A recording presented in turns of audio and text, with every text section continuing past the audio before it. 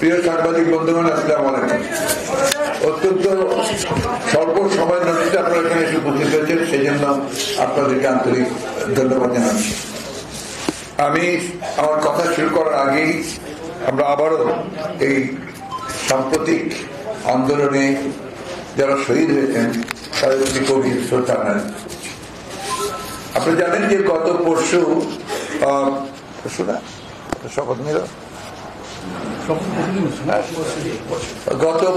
সন্ধ্যায় আপনার নতুন অন্তর্বর্তীকালীন সরকার শপথ নিয়েছে, গঠন হয়েছে এবং তারা তাদের কাজ কাল থেকে এখনো অফিস করেননি, সম্ভবত আজ থেকে তারা অফিস শুরু করতে কাজ করতে শুরু করেছে। তো স্বাভাবিক একটি বিপ্লবের পরে, এত বড় একটি বিপ্লবের পরে কিছু কিছু সমস্যা থাকতেই পারে। আর যেখানে আপনার এমন একটা অচলাবস্থা সৃষ্টি হয়েছিল, যেখান থেকে আপনার এখন থেকে আবার একদম পুরো নর্মালসিতে নিয়ে আসার এটা এত সহজ নয়। এটা স্বাভাবিকভাবেই ইট টেকস টাইম এবং সেই কাজগুলো খুব দ্রুততার সঙ্গে সবাই কাজ করার চেষ্টা করছে। আপনারা জানেন সবাই কাজ করছে এবং আপনার অতি দ্রুত তারা একটা পরিস্থিতি স্বাভাবিক করে নিয়ে আসার জন্য তারা কাজ শুরু করেছেন। আমরা আমাদের দলের পক্ষ থেকে আমরা এই নতুন যে আপনার অন্তর্বর্তীকালীন সরকার তার প্রধান প্রফেসর ইউনূস সহ সকল উপদেষ্টাদেরকে আমরা আপনার ভাই আমি এইভাবে পারবো না, কিন্তু আপনার দয়া করে একটা কেটে শুরু করবেন আবার। হ্যাঁ প্লিজ। আমরা আমার অন্তর্বর্তীকালীন সরকারকে আন্তরিকভাবে ধন্যবাদ জানাচ্ছি যে তারা অত্যন্ত আন্তরিকতার সঙ্গে তাদের কাজ শুরু করেছেন। প্রথমে যে কাজগুলো তারা শুরু করেছেন সেই কাজগুলো নিঃসন্দেহে গোটা দেশের জাতির কাছে অনেকটা আপনার আশার সৃষ্টি করছে।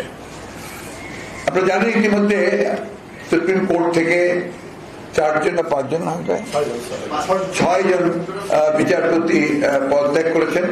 নতুন একজন প্রধান বিচারপতিকে বোধহয় নিয়োগ দিয়েছেন প্রেসিডেন্ট, তাই না? প্রধান বিচারপতি হিসেবে নিয়োগ দিয়েছেন, তো ভারপ্রাপ্ত নিয়োগ দিয়েছেন।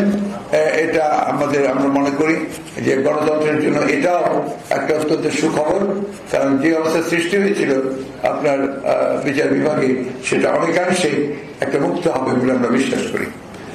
আমরা অত্যন্ত উদ্বিগ্ন হয়েছি যে দেশে এবং বিদেশে কিছু কিছু গণমাধ্যমে বাংলাদেশের বর্তমান পরিস্থিতি নিয়ে বিভ্রান্তিকর আপনার খবর সংবাদ পরিবেশন করা হচ্ছে এবং সেখানে আপনার বিভিন্নভাবে আপনার সংখ্যালঘু সম্প্রদায়ের উপরে আক্রমণ, জনগণের আপনার আইন শৃঙ্খলা পরিস্থিতির অবনতি, এই সমস্ত বিষয়গুলো তুলে ধরছে, যা আমরা মনে করি যে একেবারেই সঠিক নয়। কিছু কিছু জায়গায় কিছু কিছু সমস্যা তৈরি হয়েছে, নিঃসন্দেহে সমস্যাগুলো সম্প্রদায়গত ভাবে নয়, ধর্মিক ভাবে নয়, এগুলো আপনার রাজনৈতিক ঘটনা ঘটেছে। কোথাও হয়তো দেখা গেছে যে আপনার একজন বাড়ি ক্ষতিগ্রস্ত হয়েছে, হামলা হয়েছে, তিনি হয়তো বা অবমাননা করেন, সেখানে সেভাবে হয়েছে। এটার সঙ্গে কোন রাজনৈতিক দলের, বিশেষ করে আমাদেরকে জড়িয়ে একটা আপনার অপপ্রচার চালানোর চেষ্টা করা হচ্ছে। এটা আমরা তীব্র নিন্দা জানাচ্ছি। একই সঙ্গে আমরা স্পষ্টভাবে বলতে চাই যে এই ধরনের কোন ঘটনার সঙ্গে বিএনপিতে জড়িত নয়, বাংলাদেশের কোন সুস্থ স্বাভাবিক রাজনৈতিক দল বা ব্যক্তিও জড়িত থাকতে পারে না। এটা সম্পূর্ণভাবে একটা চক্রান্ত চলছে, যে চক্রান্তে বাংলাদেশের অর্জিত যে আমরা একটা স্বাধীনতাই বলবো নতুন করে আমরা অর্জন করছি, সেটাকে নস্যাৎ করবার একটা চক্রান্ত শুরু হয়েছে। আমরা একটা জিনিস আমাদের জানিয়ে রাখতে চাই যে এই বিগত আন্দোলনে, এই গত আন্দোলনে বিজয়ের পূর্বে সরকার বাহিনী দিয়ে যে নৃশংসভাবে গণহত্যা করা হয়েছে, সেই গণহত্যার ব্যাপারে আমরা সবসময় কথা বলে এসেছি এবং জাতিসংঘের উদ্বেগ ছিল এটাতে সবচেয়ে বেশি।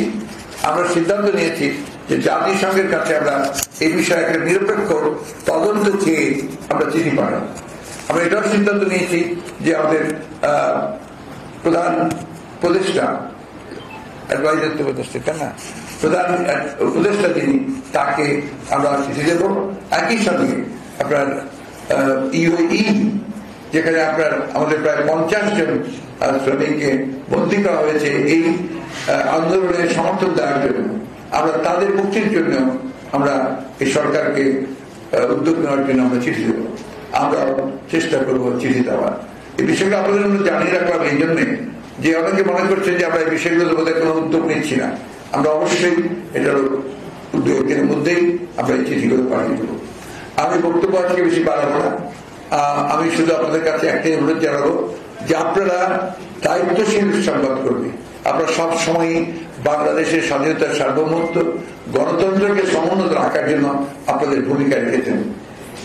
আপনি দয়া করে এমন কোন সংবাদ যেন পরিবেশিত না হয় যে সংবাদের দ্বারা মানুষ বিভ্রান্ত হবে এবং এই যে বিজয়, এই বিজয়কে আপনার ব্যাহত হবে। এটা আমার বিশেষ অনুরোধ আপনাদের কাছে।